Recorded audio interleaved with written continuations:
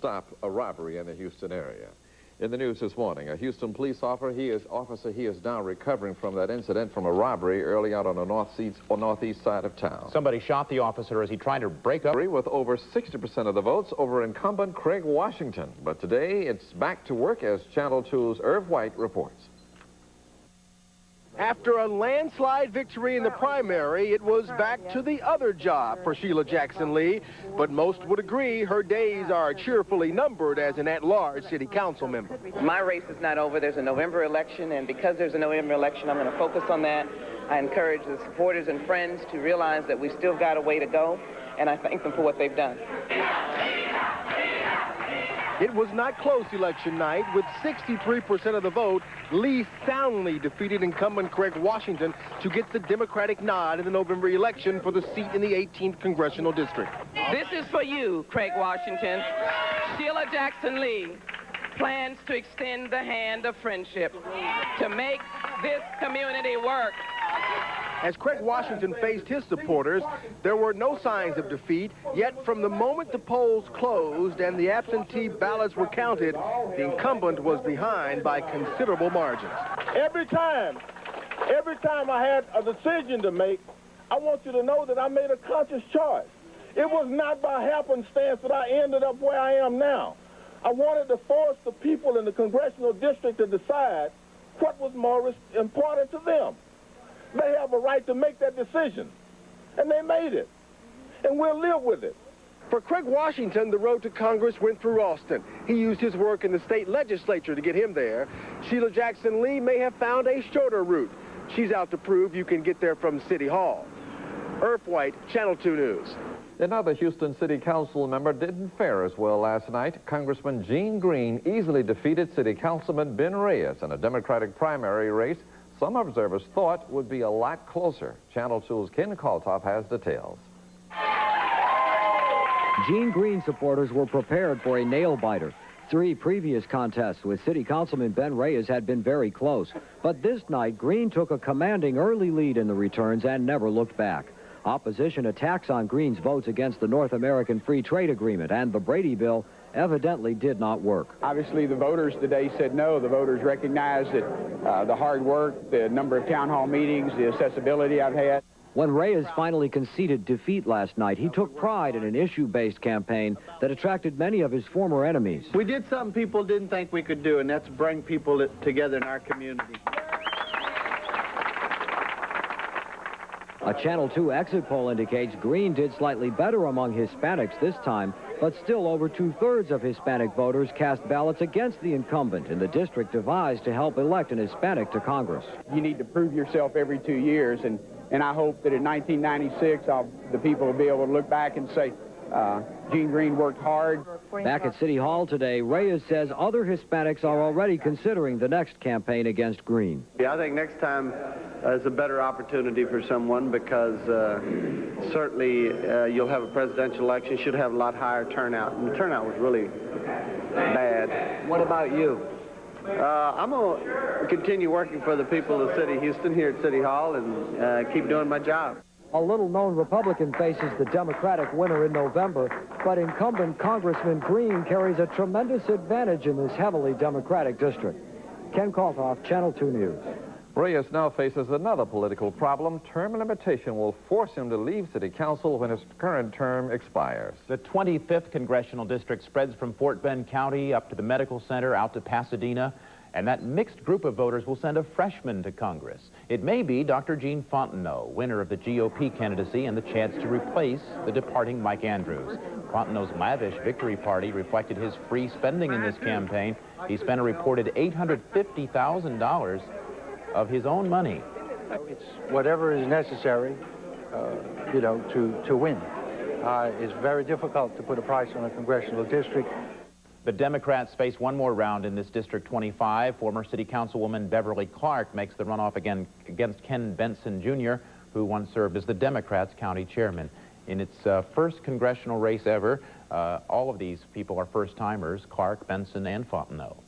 In the Democratic primary for U.S. Senate, former State Attorney General Jim Mannix was the top vote getter, but he didn't pull enough votes to avoid a runoff. Maddox will face Dallas businessman Richard Fisher, who placed second in their race.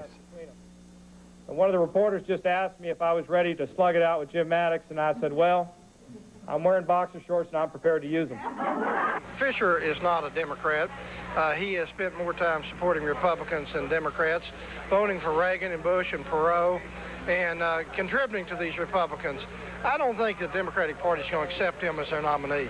Houston Congressman Mike Andrews placed a dismal third in the four-way race. He's effectively out of politics.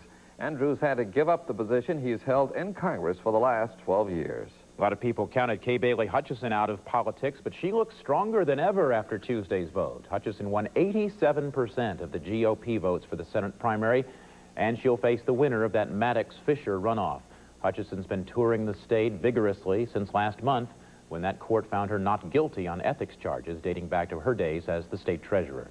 Well, today, politicians and other Houstonians honored a prominent physician who was laid to rest this morning. Dr. John Coleman died over the weekend after a long illness. Karen Rostada reports from the morning's service at Wheeler Avenue Baptist Church. John B. Coleman was a family man. Today, his entire 18th Congressional District. Thank you very much for joining us today. Are you with us? Can you hear us now? I certainly can. Okay. How are you? You've been warning your supporters already not to be complacent in this, but there's a grand Democratic legacy in your district. Barbara Jordan, of course, Mickey Leland. And some people may feel in your own camp that once you've won this primary, you're in Congress. Well, let me say this, that it is my desire to be in Congress and to represent the great people of the 18th Congressional District. But Sheila Jackson Lee never takes a voter for granted or a process of government for granted. And we're going to wage a campaign that takes our message all over the district.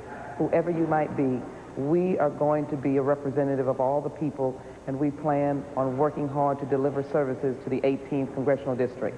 Now, supporters in both camps, yours and Craig Washington, had anticipated a much closer race. You won this thing by a huge margin. What do you think was the key? The supporters and volunteers, but again, Sheila Jackson Lee believes in saying that the key to government service is results. We work on results. We did it in our council participation. We've done it as a private citizen, and that was the message that we conveyed. We believe in results, and we'll work hard to get results for the people of the 18th Congressional District. I know that you support President Clinton's health care plan, Councilwoman. Would you support higher income taxes in every American household if that's what it took to pass that health care package? I am a strong advocate of universal coverage. I'm not prepared to make that announcement right now. I know that people are hurting in this country, and I think we need to look at how we can make the plan work. This morning, in fact, Speaker Foley called, and we had an opportunity to talk. We look forward to getting together over the next couple of days and talking about these issues. I expect to hear more about the Clinton plan in terms of its financial aspect. Then I'll begin to look at how best to resolve, if you will, some of the issues that I've talked about: high cost of prescriptions for elderly, keeping our institutions open like Riverside Hospital, and making sure that we have the kind of quality of care. The cost aspect of it, I think we'll all have to come to an agreement, and I look forward to speaking to Speaker Foley on these issues. All right, that's Sheila Jackson Lee. Once again, thank you so much for joining us, and congratulations to you again. We've rolled weatherman Roland Galvan into our set now. It's been a busy overnight for you guys, and a busy morning, too. Heavy thunderstorms rumbling. I'm sure many of you are trying to go to sleep as those thunderstorms rumbled across the Channel 2 viewing area. In case you missed it, and some of us weathermen can sleep through this stuff after many years of traveling and monitoring this kind of situation. This is I-45. Jackson Lee. Lee trounced Washington, grabbing 63% of the vote compared to the congressman's 37%. The Speaker of the House, Tom Foley, called me. We had a good conversation. I look forward to meeting with him. And the focus I had to the Speaker was that I hope to bring a good piece of local government to the United States Congress. Jackson Lee is expected to coast to an easy November victory in the heavily Democratic district, where she'll face Republican challenger Jerry Burley. But the congressional frontrunner is promising not to ignore her current city council seat. Meanwhile, for Craig Washington, the loss means a probable return to the private sector, where he is a lawyer by trade. Congressman Washington's character was criticized by some during the campaign, but he says he's happy for his opponent. The results of the election are not the important thing. The important thing is that we had a spirited contest and the people got a chance to vote. For her part, Jackson Lee is calling for unity and offered to work hand in hand with Washington as she savored her primary night victory. The message we came into this with, representation that you can be proud of. And I'll always be there for you. And Congressman Gene Green soundly beat his Democratic opponent for a second time. City Councilman Ben Reyes challenged Green for the nomination, but was only able to manage 45% of the vote. And that's what I think this vote's reflective. Instead of a negative campaign, we ran a positive campaign talking about the issues. Green also attributes his success to staying in touch with the district by coming home every weekend and cites the 32 town hall meetings he held over the last year. To be accessible to the district, and that's one of the complaints people say. You go to Washington and you forget where you came from, and I'm not going to forget where I came from. Green goes on to face Harold Eldey, who ran unopposed in the November election. Campaign. If there's somebody asked me earlier, is there anything that you'd have done different? I said I'd have been born a millionaire so we'd have had the money to run this campaign. For Ben Reyes, it was a case of deja vu. He lost to Gene Green in the last primary race, but Reyes says he's not bitter and adds he's proud of the issues he raised during the campaign. I think we've done a little more by bringing to the forefront the issue of handgun violence in our community. And I think all of you ought to be glad about that, because that is important. The loss leaves the 8-term city councilman's political future in limbo. In November, voters closed a loophole in the term limitation law that bans Reyes from seeking a 9th term. In the race for U.S. Senator, Kay Bailey Hutchison easily walks away with the Republican nomination. But on the Democratic side, the campaigning isn't over. Neither Jim Maddox nor Richard Fisher could get enough votes to win the nomination outright. Maddox with 41%, Fisher with 38%. Mike Andrews is out of the race altogether with only 16% of the vote. Well, Fox political analyst Fred Hoffines has been closely following all of the races and joins us now from our newsroom. Fred, what is Jim Maddox going to have to do to come out ahead going into next month's runoff now? Well, it's clear by looking at the returns that Jim Maddox has got to concentrate on Harris County. This is where Mike Andrews carried a majority, 47%, against both of his opponents. Harris County is up for grabs in the runoff election between Maddox and Fisher. It'll be a major battleground. To win it, Jim Maddox has to have some money. He was the low-spending candidate in this first election, and Fisher was a high-spending candidate. So Maddox has to raise some money, and he has to concentrate on Harris County. Fred, can either Fisher or Maddox actually beat incumbent Kay Bailey Hutchison this November? Well, that's the $64 question. Kay Bailey Hutchison, coming off of that court encounter that she had with the district attorney in Travis County, is a hero in the minds of many people. She defeated the Democratic Party. She stands real tall. She succeeded in convincing a lot of people that that was all just a political matter. So her name identification is good. Her image is good. She will be very difficult to beat. That doesn't mean it can't happen. Ann Richards will be in a hot contest against George Bush. There will be a good turnout in that election.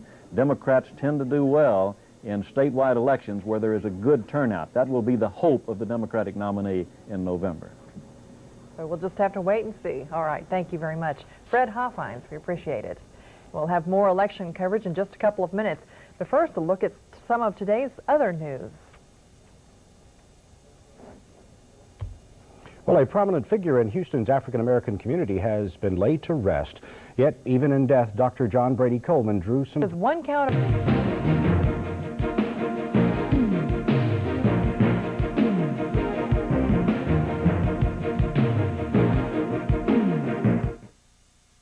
Magic figure in Houston's African-American community was laid to rest today. Dr. John Brady Coleman drew high praise and strong criticism. We now have Olga Campos's report. And resuming our election coverage, as we mentioned earlier, Jim Maddox and Richard Fisher came out on top of the race for the Democratic nomination for U.S. Senate. Maddox is already beyond the April runoff and ahead to the November elections. While Jim Maddox may be heading for a runoff with challenger Richard Fisher, he already appears to be focusing on a hoped-for campaign against Republican senatorial candidate Kay Bailey Hutchison. Last night, surrounded by supporters in Austin, he had some harsh words for the incumbent senator. Behind her sweet, nice smile is a hard-hearted Republican that executes politics just is with the best of them. The fact is that Hutchison says one thing in Texas and does something else in Washington. While Maddox focuses on Hutchison, his runoff opponent Richard Fisher is calling for a revitalization of the Democratic Party. I'm talking about empowerment through small business creation, small business women and men, bringing them back into our party, bringing young people back into our party, bringing the ranchers, the farmers, the teachers, and others who have left us. Meanwhile, it was a glum group of Mike Andrews supporters at the Warwick Hotel. Andrews gave up the opportunity to run for re-election to his House seat to enter the Senate race. And supporters could only watch as the bad news trickled in. Finally, even Andrews had to give up hope, but not without a final thank you to those who had worked so hard on his behalf. Ann and I both appreciate very much, so much, your help and your friendship and your support. Thanks. In November's general election, Governor Ann Richards will be struggling to hold on to her powerful position, challenged by Republican George W. Bush. Both easily won their primary parties yesterday. The governor brought in 78% of the Democratic votes, while George W. Bush won an impressive 93% of the GOP primary votes. President Clinton, bowing to pressure, said the White House would cooperate in any congressional hearing on the Whitewater investigation. But Robert Fisk, who is heading the independent investigation, says such action would undermine his investigation, and he's urging Congress not to hold hearings. Meanwhile, the president has called on Washington insider Lloyd Cutler to be his new stop a robbery in the Houston area. In the news this morning, a Houston police officer is now recovering from that incident from a robbery early out on the northeast side of town. Somebody shot the officer as he tried to break up. With over 60% of the votes over incumbent Craig Washington. But today, it's back to work, as Channel 2's Irv White reports. After a landslide victory in the primary, it was back to the other job for Sheila Jackson Lee. But most would agree her days are cheerfully numbered as an at-large city council. To make this community work. As Craig Washington faced his supporters, there were no signs of defeat, yet from the moment the polls closed and the absentee ballots were counted, the incumbent was behind by considerable margins. Every time I had a decision to make, I want you to know that I made a conscious choice. It was not by happenstance that I ended up where I am now. I wanted to force the people in the Congressional District to decide what was more important. My race is not over. There's a November election, and because there's a November election, I'm going to focus on that. I encourage the supporters and friends to realize that we still got a way to go, and I thank them for what they've done.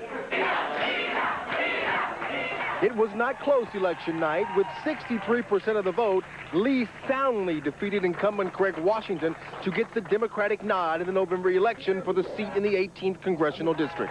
This is for you, Craig Washington. Sheila Jackson Lee plans to extend the hand of friendship. To them. They have a right to make that decision, and they made it, and we'll live with it. For Craig Washington, the road to Congress went through Austin. He used his work in the state legislature to get him there. Sheila Jackson Lee may have found a shorter route. She's out to prove you can get there from City Hall. Irv White, Channel 2 News. Another Houston City Council member didn't fare as well last night. Congressman Gene Green easily defeated City Councilman Ben Reyes in a Democratic primary race some observers thought would be a lot closer. Channel 2's Ken Kaltoff has details. Gene Green supporters were prepared for a nail-biter. 3 previous contests with City Councilman Ben Reyes had been very close. But this night, Green took a commanding early lead in the returns and never looked back. Opposition attacks on Green's votes against the North American Free Trade Agreement and the Brady Bill evidently did not work. Obviously, the voters today said no. The voters recognized that the hard work, the number of town hall meetings, the accessibility I've had.